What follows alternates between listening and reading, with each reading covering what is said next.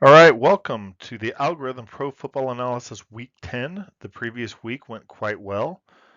We were 10-3, and I think that as the season builds on and as the data becomes more consistent, I hopefully continue to be consistent. But again, NFL football certainly does change, but I tend to see a bit more consistency from about this time. 10-3 is still a very good week no matter what. So I'm going to introduce a new element to the analysis called the Bayesian revision. So let me explain that briefly before I go more into this. So the current the primary model uses Monte Carlo simulation, in which case I have it play through 200 games and then it outputs what the in this case here what you see is a 95% confidence interval, and the scores is what these give us. So it's saying that in the model Atlanta has a 95% uh, not a 95% chance, but the confidence interval is that the mean is somewhere between 23 and 26 points, and then for Carolina between 23 and 25 points. So in that case, there is no statistical difference between them. And then as you come up here, it just shows that Atlanta won 50% of those versus Carolina's 49% with virtual no difference whatsoever. So all those things line up. However, with Bayesian revision, it's going to go through that same data set, and I've got four different outputs. One is what's the the outcome if both teams play well, if both teams play poor, if one team, if home team plays well, and the plays statistically well, and the visitors play statistically poorly, and then vice versa. I've been using this for a number of years. I've always struggled with how to use it, and where I think I can use it is um, looking at the biases that I can see in the model. And about now is when I can start to see that bias. And one of the biases I see is the model uh, overestimates Carolina's performance. So then when I go through and I use the Bayesian outcome of Atlanta Falcons play well and Carolina plays poorly, then it tells me that Atlanta should win by about 10 points. And from my eyeball test, I would think that it tells me that Carolina or that Atlanta's a better team. When I look at these stats here, it tells me that Carolina's a better team. Some other things that go into this is when some teams get blown out, sometimes and as you see, Carolina has a lot of losses. Sometimes you start to get those garbage yards, which also throw off these numbers as well. So with that, I am picking Atlanta to win, um, and then when I look at the run pass charts, I'm showing that overall Atlanta has a particularly much stronger run game, a more balanced game overall, and I expect them to control the ball a bit more. Those are some of the bigger things that I see from these charts. Uh, the the sacked fumble and interception and big play show pretty much about the same. I do show that Carolina seems to have a little bit more uh, uh, ability to make some big plays, but overall, I think Atlanta's going to win. All right, next game, Miami versus Cleveland. So again, using Bayesian revision. So if I went from just the pure Monte Carlo simulation, it's going to show that uh, Cleveland has an advantage. We see that right over here. When we get to the next chart, I think that we'll see why it says that.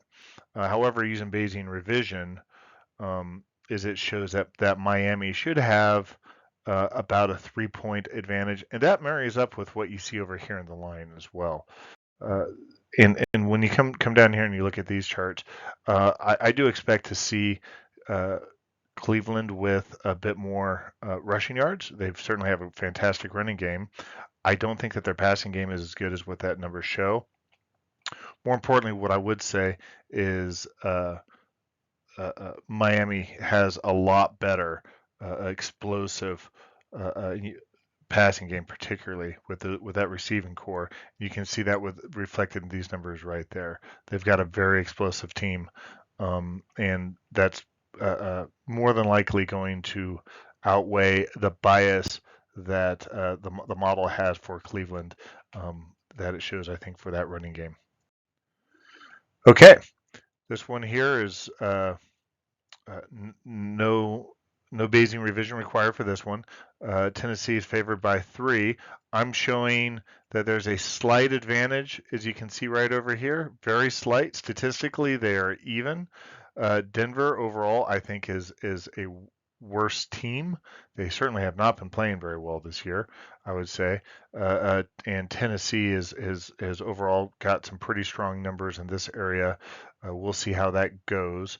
They don't have a pretty strong passing game. So then, as we go over here and we look at the run pass charts, is it showing that Denver should have a stronger passing game? Part of me doubts that because I think there's been some garbage yards involved in there as well. Tennessee with Derrick Henry should have a phenomenal running game. That's what that's showing as the matchup. And then when we come over here and we look at the time of possession, this seems to match. And as we just saw, Tennessee was able to really do well against a team like Kansas City. They're obviously able to play well and against a pretty good competition. So this is one where it shows it even, but I think the advantage is definitely in Tennessee's field there. But overall, it should be a close game. Next game, Chicago versus Detroit. The line is Chicago with 3 points. Both of the stats here show about a fairly similar advantage for Chicago as well, with Detroit putting up about 25 points and Chicago putting up somewhere right around 30, let's just say. Then when we go to the run pass charts, again, the Bears have just a particularly strong running game, and with that, that's going to give them advantage with the time of possession overall, and that should make a big difference. In Detroit, the one thing I'll say is Detroit has shown some explosion, but they're also very inconsistent, so it's really hard to tell. All right, next one, Giants versus Texans. Giants are favored by 6.5. The model shows about the same thing, is using the correlation. Is it saying that it's about 6 points? And then when we look at the Monte Carlo, the results of the pure Monte Carlo is showing about a 7 point. So that the Monte Carlo matches up with the line pretty closely there. It's really hard to tell with Houston sometimes. Sometimes they seem to put up a good fight when you don't think that they're going to. But in this case here, it's looking like New York has a favor. And I think that the big reason for that's going to be for their particularly strong running game. Saquon Barkley has been very good this year. And again, controlling the ball. Looks like both teams have some problems protecting the quarterback. And neither team is particularly explosive. But that notwithstanding, Houston just has really struggled with putting up points this year, and I think the strong running game of the Giants is really going to take over for that one. Kansas City versus Jacksonville. The one thing I'll say is this is one where we've got the Bayesian revision. The model for the last 2 to 3 years, the model has not really favored Kansas City very well whatsoever. And in this one, and so the model actually, I would say, is heavily biased towards Jacksonville. And so this, and with that, then when you apply the Bayesian revision, it says, yeah, Kansas City should win. And let's be honest, Kansas City is a streaky team, which is what tends to lead for them to be underrepresented in that. When Patrick Mahomes is able to put it together, which quite frankly seems to be whenever he really wants to, he can put up a lot of points fast. But as we saw in this last week, they can also really fail too. So that's what the regular numbers show. But then this is one where you say, all right, let's use the Bayesian revision to where I know that the model overcompensates for Jacksonville and undercompensates for Kansas City. I would say that Kansas City is good for about at least 5.5 points, maybe more. So then when we come to the run pass charts, um, the, this is where we see that uh, Kansas City really does have just a phenomenal explosive capability, and that's what you see right up here. I mean, look at this. It's saying you can see up to 10 plays that are 20 plus or more for Kansas City. I think that's the first time I've seen that this entire year. So when you look at that ability of passing, when you just think about Patrick Mahomes, you're like, yeah, that makes a lot of sense. I don't see a big difference over here in the number of plays, and Jacksonville is just not a particularly explosive team. Overall, I'd say Jacksonville is a sound team. They're giving up a lot of sacks. That's going to make a difference. They're protecting Patrick Mahomes pretty well. Patrick Mahomes does show that he's got a propensity for showing interceptions. He's a very aggressive football player, but when he's making those, that's the reason why you see that type of explosiveness. Buffalo versus Minnesota. The line is Buffalo 5.5 points. The the model is showing Buffalo for about 12 points. One thing I'll say is the model is a little bit biased in the case for Buffalo. The model really likes Buffalo.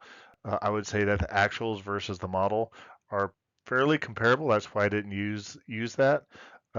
Use the Bayesian revision. Even if I do use the Bayesian revision, it's pretty close to this. The one thing I'll say is Buffalo seems to play to the level of their competition.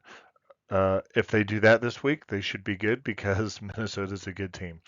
But overall, the fundamentals behind Minnesota's pretty good. When we go to the run pass charts, we're looking to see that overall they're fairly comparable in this arena here.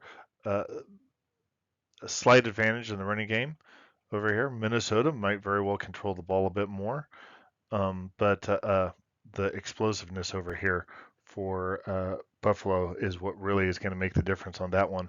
The other thing I'd say is I did also see a report that I'm not sure if uh, Josh Allen's going to play. If he does not play, I would not take Buffalo whatsoever. So this is one definitely pending the injury report. New Orleans versus Pittsburgh. New Orleans is favored by 2.5 points, and the model shows that New Orleans is favored by quite a bit more so.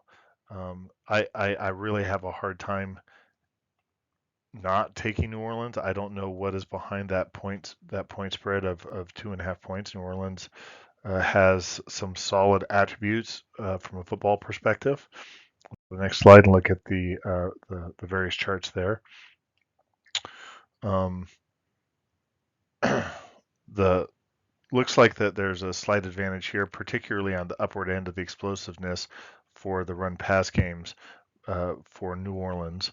And that's not surprising given Pittsburgh's quarterback situation and such. But what I would look at here is when you go down to this explosiveness number down here for New Orleans, that's what's really making up the difference there in my mind. It looks like the level of protection for the quarterbacks is a bit better also for New Orleans. That's a pretty high sack rate that I see there. It's a little bit lower here. Some of the extremes go up there is about the same, but that notwithstanding, it looks as though they're fairly comparable, except for the fact that you've got slightly higher averages with a bit more explosion there for New Orleans. So here's one to where I disagree with the line of Tampa Bay minus 2.5. The model is favoring Seattle by 2.5 points, both in the correlated and then also when you look over here at the Monte Carlo method, a little bit more than that. Quite frankly, you look at Seattle and they've been really passing the eye test, and Tampa Bay, I think, is just quite frankly stunk. They just seem to not be able to find the rhythm this year. When they win, they're not winning by a lot, so it's difficult to really understand how the line came up with that 2.5 points. And then when you go through, you look at the run pass charts. Geno Smith has been really, really good. They've also got some really good running games, really good passing games, consistent passing as well. One of the things I would point out that I would say with Geno Smith, which would really kind of surprise me, he's not throwing interceptions and they're not losing the football. And while they aren't showing a whole lot of explosion, they're controlling the ball, they're not turning it over, and they're winning uh, on the ball control. That's going to win in football games, and that's the areas that Tom Brady is getting sacked a lot. So is Geno Smith. I think that some of that's got to do with he's trying to run a bit more. But that notwithstanding, you have to give it to Seattle. They've been playing really well. All right, next, Indianapolis versus the Raiders. Raiders are favored by 6.5. This one here, we're going to go ahead and use the Bayesian revision. The model has uh, the Raiders winning by just a little bit, but the model also is heavily uh, uh, biased in the favor of Indianapolis. So the actuals haven't matched the predicted. And so in that case there, when I take the Bayesian revision differential with the Raiders playing well and the Colts playing poorly, that's where it comes up with that. And then you also have to consider that the Colts just fired their coach, and then they've had chaos in the quarterback position. So then when I go here and look at this, uh, I don't really know what to make of this. A lot of that is Matt Ryan, who certainly has had a fantastic quarterback career, although he struggled this year. The Raiders have a lot of capability. They've got a stronger running game in this, pretty equal in terms of time of possession. When I go down here, I don't see a whole lot of difference in terms of the sack game, the control of the ball, and they're both pretty explosive. That notwithstanding, though, given the fact that I think a lot of these yards for Indianapolis Colts are probably garbage yards as well. So with that, I'm going to go with the Bayesian revision, given the observed versus the modeled difference for Indianapolis. Arizona versus the Rams. So the line has the Rams winning by 3. The model has them winning by 2 to 3 points. According to this, there's a slight statistical difference between the two. Overall, both teams are poor, and if I were betting on this, I hate betting on a game between two poor teams. Let's look at the performance models. Again, one thing I'll point out is the Rams will play terrible, and you look at the box score, and you'll see high passing games. I think that happens a lot when a team is able to put up some yards in the fourth quarter, but not really change the outcome of the game with that. But you can also say the same for this team here as well. Overall, it looks as though there's just a slight advantage for the Rams. But again, it's really hard to bet when you have two teams who've been playing poorly playing against one another. So it's a hard one to bet. But overall, I think the Rams have a slight edge. Cowboys versus the Packers. Dallas favored by 5. The model has them virtually equal. This is one to where the Bayesian revision is going to kick in that the model's been fairly accurate with Green Bay, but has underrepresented Dallas's performance. A lot of that has to do with the fact that Dallas was playing with the backup quarterback. They still did well. They were able to win. And now with their primary quarterback in, they've been playing quite well. And quite frankly, Green Bay has been playing so poorly, as you can see by all of these losses here. It's just and especially this last loss was pretty pathetic against Detroit. And so then when you look at the yards, Green Bay has a running game. They had that one really good game. Overall, I think that's probably overrepresented. You're going to have Aaron Rodgers, but I think you got a lot of garbage yards there as well.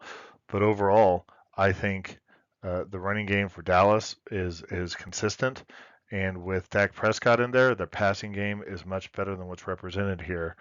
And so with that, I think the Monte Carlo, the Bayesian outcome certainly outweighs the Monte Carlo outcome. Next, San Francisco versus Chargers. San Francisco is favored by 7. The model shows fairly similar, both in the correlated point spread and the Monte Carlo. Overall, San Francisco, Their record is mixed, but they've got some strong fundamentals. The Chargers, I still don't know why they're so poor. They really should be a lot better, but they are what they are. And so then when you go ahead and you look at it, yeah, the Chargers, I mean, with Justin Herbert, he's able to put up some yards, but the overall consistency of San Francisco has been pretty solid. They're a very physical team. They protect the quarterback a little bit better. But overall, I think San Francisco's got a very explosive capability, and it looks like they've added some personnel to help with that also. And for the Monday Night Football game, Philadelphia is favored by 11. The model shows fairly similar outcomes, and the model's been representing both of these teams fairly consistently as well. So with that, no need to use Bayesian input. When I look at the run pass charts, I got to admit, I think Washington has absolutely been is a pretty good team. They actually do outperform the model, but not by so much that it's worthy of using the uh, the Bayesian revision. The only reason why I say that is the uh, the uh, uh, the total points for Washington. I think Washington's done a good job of winning close games rather than outperforming the model per se. But we'll see. That can change. Uh, I think Washington is certainly on a good track to become a better team. But Philadelphia, they've just got a stronger overall pass and rushing game as we see over there. They've got a very explosive team, which is probably going to make a big difference, and they're protecting their quarterback quite a bit better. So, well, that wraps it up for Week 10. Wish everyone good luck, and we will talk again next week.